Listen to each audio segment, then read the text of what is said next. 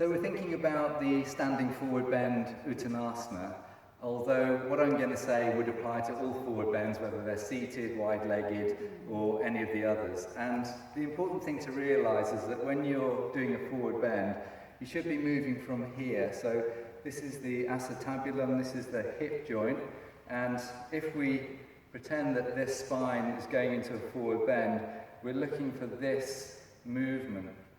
We're not trying to do the forward bend in the spine, we're trying to make a great big rotation of the pelvis forwards around the hip joint. As soon as you think of a forward bend as being about controlling the hips, it changes the relationship between what you're trying to do in the body and what is happening in the spine. So students that are not aware of that will tend to do a forward bend by rounding the back, and we would argue that if you do too much of that, there's a pinching of the discs, the spine is no longer neutral, there's a little bit of a risk of injury there.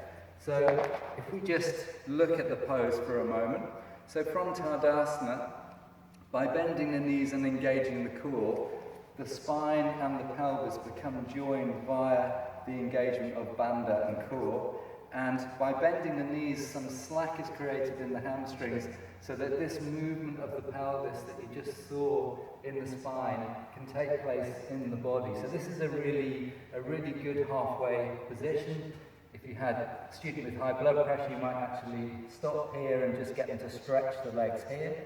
But what we've got also going on is there is the foundation for the pose, and half the weight is forward, half the weight is back. So this is very easy for the body. If we try to do that with the legs straight, it would be very straining on the lower back. So this has a number of benefits, but the main one in terms of the form of the pose is that it gives you the opportunity to control the forward movement of the pelvis as you come down, down, down into the pose.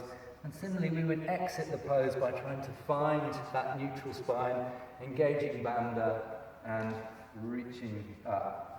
And as you can see, that posture would work, that principle for that posture would work equally well for something like Prasarita Padottanasana, where the spine and the pelvis remain joined together as you come forwards. It would also work for Paschimottanasana. So you're always trying to maintain this connection between the spine and the pelvis to avoid this kind of shape, where the spine is just rounded. And this kind of shape is the kind of shape that your students may be in when they're typing at work or they're driving a car. It's not a very helpful shape, and in our yoga classes we want to open the heart, maintain the length in the front of the body, and really work from the pelvis rather than from the spine.